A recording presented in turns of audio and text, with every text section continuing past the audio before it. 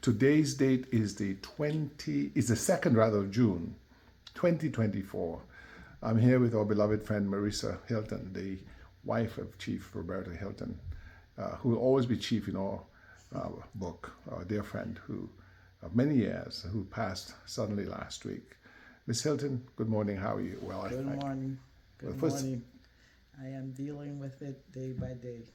I just want to say that on behalf of the law firm that served your husband faithfully till the end, and our family, the Christian family, we'd like to extend our condolences to you, Marisa Hilton, and to Jamal and Jarima. Jarima for the loss of your dear husband.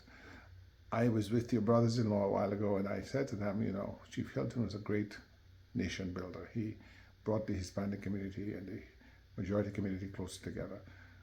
Where did you meet, and how did you meet? We grew up together in the community of Panama Canal Zone. We attended kindergarten together. They moved on to a different community, but once high school, we met up again because my family moved also, and then we ended up at the same high school. But listen, you know, Panama is a Central American Spanish-speaking country primarily, but you speak fluent English. How is that? Well, with the construction of the canal, my great-grandparents immigrated from Barbados and Jamaica to help with the construction. They remained in Panama, and from there, we branched out and became families, different families. But the Panamanians who are descended from the West Indians, the English-speaking West Indians from the British West Indies, they've been able to maintain their culture and their language. Why is that? Primarily, we all lived on the what was then known as the Canal Zone under the U.S. government. And the territories, we all went to English-speaking schools until can't remember the exact year, but we eventually changed over to a Latin American where we were bilingual in that we spoke both English and Spanish in school. So that's where it came from. Indeed. And so you went to school on the zone, and then you went to school here in the States. Yes. What did you study? I continued my studies at University of Texas, El Paso in communications. Indeed. And of course, there was a young soldier there at that time. What was his name? Roberto Hilton. But was he following you, or were you following him? Well, I think it was a little bit of both. He was already in the Army at the time. Well, he joined and was part of the Marine Corps, and I was I was already in Texas, and he But you were a teenager at that time. Well, I would call at that time, being a teenager, you had lots of responsibilities, so you became mature quickly. Yes. And handling different situations was not too difficult. Yes. So. And then, of course, you graduated from the University of Texas, El Paso? El Paso, yes. And then you guys came to D.C.? We came to Prince George's County, Maryland. But were you married by then, or were you just still dating? Yes, we were married by then. So when did you get married? What year? We got married in 1980, May of 1980. Okay, and you had children? And we had children, our firstborn, Roberto Jamal, in 1991, and our daughter, Jarima, in 1994. Outstanding. And Roberto Jamal attended a little Catholic school called St. Ambrose, am I right? Yes, they both Jamal and Jarima attended St. Ambrose Catholic School during their formative years, and they both went to high school at St. John's College High School in D.C. And they are both graduates, college graduates. Roberto Jamal graduated from Bowie State, and Jarima, she is currently pursuing her PhD at Emory University. Outstanding. So Jamal did computers or? Jamal is in public relations. His firm in DC, he's the director of communications. I can't recall the name of the firm, but he works out of DC. And Jarima, like I said, she is in her final dissertation year of her PhD. Well, I want to congratulate you on the outstanding, successes of your children. They say the apple never falls very far from the tree, so they followed in your footsteps and be doing great work. And it's interesting when I think back on it. I remember now because our children also went to St. Ambrose. Because my client, one of my first clients in family law was Florence Keene, and his son Zachary Keene used to go there. Right. So Florence knew you all, and she knew the school, so she got our children into the school when they were born. They were born a little later than Jamal and Jarima. Sam Moore was born in '96 and McConnell in '99, but I used to remember Roberto in his white shirt, uniform shirt, directed traffic. Because in the mornings, there's a lot of traffic of parents dropping off the kids. So that's where I first saw you. And then Roberto, of course, I knew through Raphael, but he used to be directing traffic in the morning at the school. Right. Yes, indeed. And so you did, you said basically, you came up after college and you worked. And what would you say with the passing of your beloved husband would be his legacy in way of community policing? He always talked about the community, working with the community, so that community and citizen relationships would be, or the citizen-community police relationship would be much better. It wouldn't be an antagonistic one. It would be one of friendship, solidarity, cooperation. What do you think about that legacy? Yes, I agree with that. That was his primary goal. He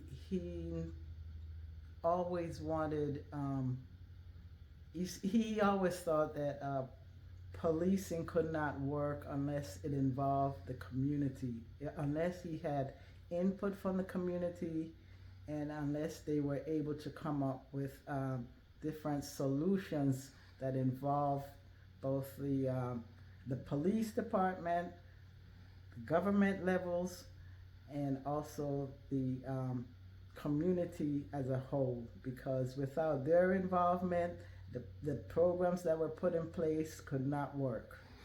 And he made it a point to attend as many events, participate in as many events, and he also created a good number of programs for the kids to be involved and off the street, and to be aware of the different opportunities that was out there for them as they continue to grow, develop, so that they could also become constructive part of the community. Indeed. And I just want to say I discovered from Raphael earlier that he was one of the major sort of leaders in promoting the Hispanic community, because there weren't many people who could speak fluent English, Spanish in the police service. So they started a Hispanic festival in Hyattsville. You know about that? Can you talk about that? Well, I know a little about it. I know, like you said, he and Raphael, they both were the only Hispanic officers at the time. And they went out and because the new Hispanic community was just starting to develop, and they had a bond with St. Camilla's, which is a Catholic church in Langley Park, and they made. And for those who listen to this, Langley Park is where a lot of the folks from Central America, like Honduras, Dominican Republic, Mexico, Salvador, El Salvador, they would come to that area. Is that correct? Yes, that's correct. And they were all, of course, trying to although they wanted to assimilate, they also wanted to keep part of their culture, because contributing their um, beliefs, their traditions, all that would make a better community at large. Indeed. So Raphael number one, and then Roberto joined, and they gave opportunities, created opportunities, and they created a festival where the Hispanic people could showcase their talents. Indeed, and Roberto made history, did he not? Because he became, I think, the first black Hispanic chief of police of a major sort of metropolitan area police agency in U.S. history. Is that not correct? That's correct. Rising through the ranks here in the county, starting as a private and going all the way up to a chief. And he, of course, prepared himself. He went to Johns Hopkins University. Yes, he did. And he has a bachelor's degree from there. Actually, he has his master's degree from Johns Hopkins. Outstanding, outstanding. And so I just want to say that to the young people who may listen to this, who may be looking for direction, who may be lost, what do you believe is the value of Roberto Hilton, Colonel Roberto Hilton's story as a former police chief who rose through the ranks, educated himself? What are the value principles you think that helped him along the way? I think the fact that he was proud of his heritage, he was a man of God. He always thought that it didn't take any effort to talk to someone, to encourage someone, to counsel, advise someone, that pouring into someone would help them to eventually become, to achieve their full potential. And as such, they would in turn contribute to society. Indeed. So he poured into the lives of others because he knew that sharing his knowledge, his discipline, and his wisdom would derive a benefit for the greater common good. And so he didn't keep it to himself, he shared it. Is that what you're saying? Absolutely.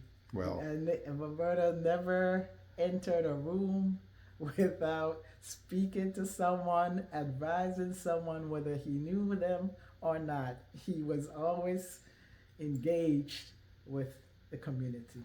outstanding. He was a beloved friend, dear friend. He was always encouraging. So, I guess we belong to the Mutual Admiration Society. I admire your family for the achievements. I admire Roberto.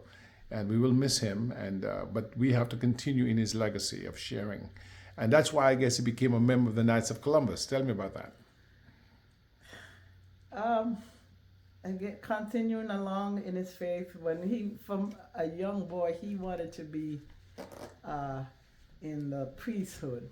Okay. But his career took him other places, so he joined the Knights to share in his love of God and in their spirit of community and sharing.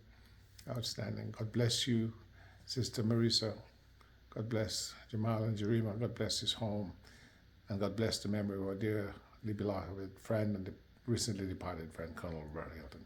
Thank you very much for your service, because I know that behind every great man is an even greater woman, and I know a lot of what he achieved would not have been possible without your steadfast support. Our condolences. Thank you so much.